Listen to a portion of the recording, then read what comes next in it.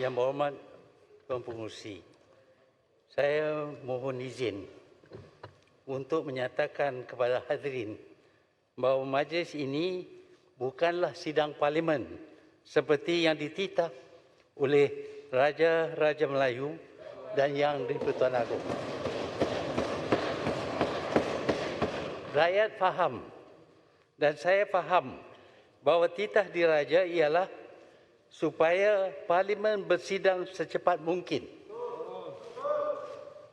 Yang pertama, jelas kerajaan tidak hirau titah supaya diadakan sidang parlimen secepat mungkin. Kerajaan tentu sedar bahawa wabak COVID-19 ini meningkat beribu pada tiap hari. Yang mati berjumlah beratus tiap hari. Yang membunuh diri berpuluh. Rakyat menderita dan tak dapat pendapatan, tak dapat makan, jiwa tertekan siang dan malam. Titah diraja supaya parlimen bersidang secepat mungkin tentulah kerana tiap hari, tiap jam masalah bertambah. Tetapi kerajaan mengambil masa yang amat panjang dan cuba memperdayakan dunia bahawa mengadakan majlis takliman di Dewan Parlimen adalah sidang parlimen. Ini adalah satu penipuan. Lebih-lebih lagi apabila tekanan wabak COVID-19 yang menjadi alasan untuk istihar darurat tidak dibentang dalam Dewan ini untuk dibincang dan dibahas dan dengan akan cara-cara yang boleh mengatasinya. Berkenaan dengan plan pemulihan negara tidak menunjuk pandangan serius oleh kerajaan berkenaan dengan penderitaan rakyat. Jika kerajaan ingin maklumkan kepada Dewan ini berkenaan dengan sesuatu perkara, kebiasaannya ialah kerajaan mengeluarkan white paper dan kita boleh baca white paper. Tak perlu ada majlis penerangan selama 5 hari. Kita tidak perlu kepada penerangan. Kita perlu kepada pembahasan berkenaan dengan penderitaan rakyat. Tetapi ini tidak termasuk dalam agenda. Selama 5 hari kita akan dengar menteri-menteri menjelaskan tentang plan mereka. Dan plan ini sudah tentu tidak berkesan.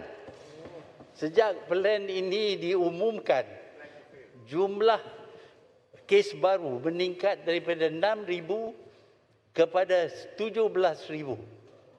Sampai bila lagi sebelum kita berbincang berkenaan dengan cara-cara mengatasi masalah COVID ini? Tetapi bagi kerajaan, cuma penerangan. Penerangan seperti yang saya katakan tadi tak perlu diadakan, melainkan dengan cara mengeluarkan white paper. Tuan-tuan dan puan-puan, tuan yang di-Pertua, saya berpendapat bahawa pandangan yang serius perlu diberi kepada masalah yang dihadapi oleh rakyat sekarang ini. Tiap hari 17,000 orang akan mengidap penyakit ini. Dan daripada 17,000 orang ini, sepatutnya semuanya dimasuk dalam kuarantin dan dimasuk dalam hospital. Tetapi jumlahnya terlalu besar sehingga tak pun 1,000 orang yang boleh dirawat dalam hospital. Yang lain terpaksa tinggal di rumah. Apabila mereka tinggal di rumah, mereka tidak dapat rawatan kerana keluarga tidak boleh berdekatan dengan mereka. Takut dijangkit dengan penyakit ini. Jadi dalam keadaan yang mana pesakit itu menjadi lebih teruk, tak ada bantuan, tak ada pertolongan yang boleh diberi, dia semakin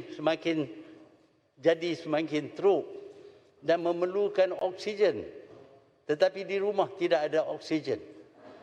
Dengan itu dia menjadi lebih teruk Dan sudah ada kes yang mana mereka yang tinggal di rumah ini yang dikatakan tidak begitu serius sudah pun meninggal. Saya berpendapat bahawa kes ini adalah istimewa. Tidak seperti kematian biasa.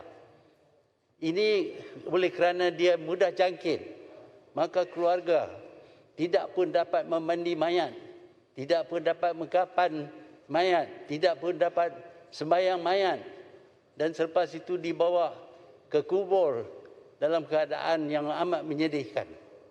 Mereka tidak dapat lihat even muka, jauh sekali menyentuh mayat. Inilah yang dihadapi oleh rakyat sekarang ini. Tiap hari 200 orang akan meninggal. Sampai bila? Sampai tiap hari 1000 orang mati baru kita nak bertindak, nak bercakap berkaitan dengan cara-cara untuk mengatasi masalah ini. Tetapi ini tidak ditumpukan dalam persidangan ini yang bukan sebenarnya sidang Dewan Parlimen. Ia adalah majlis penerangan dan kita tidak perlu kepada penerangan.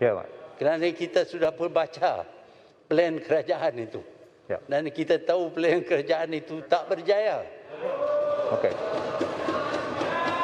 Terima kasih Yang Berhormat. Sebenarnya kalau kita perhatikan sejarah COVID ini, pada mulanya cuma ratusan saja.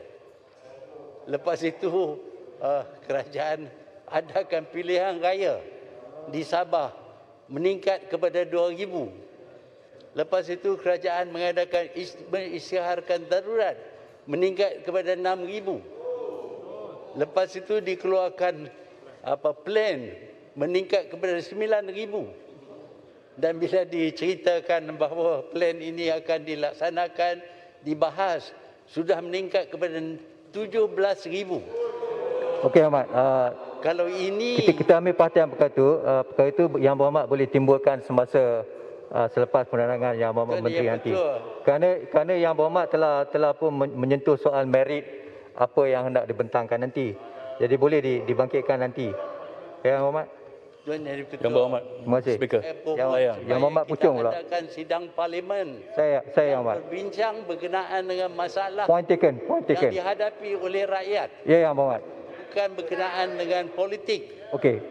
Point taken. Yang duduk di belah mana. Ramai lagi yang nak cakap, Yang Berhormat. Maaf. Saya Yang Berhormat. Yang Berhormat Puchong.